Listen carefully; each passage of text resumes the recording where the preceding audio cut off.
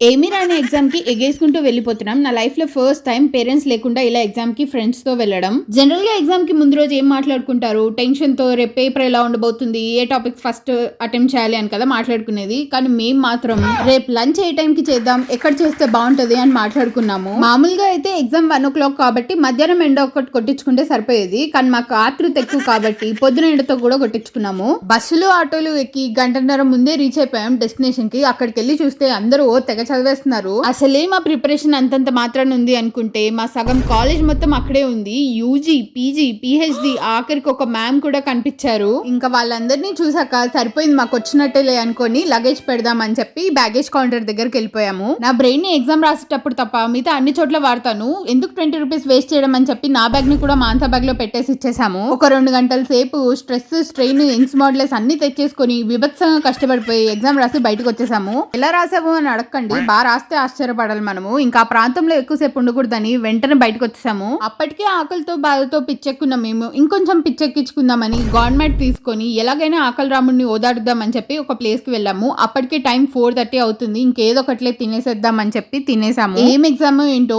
Morning ఇంటి నుండి 9ంటికి బయలుదేరితే మళ్ళీ రిటర్న్ ఇంటికి వచ్చేసరికి 6:30 అయింది. ఇదన్నమాట సంగతి. వీడియోస్ లైక్ చేయండి. ఇలాంటి వీడియోస్ ఇంకా కావాలి అంటే కావ్యాస్ కహాని సబ్స్క్రైబ్ చేయండి. Bye bye.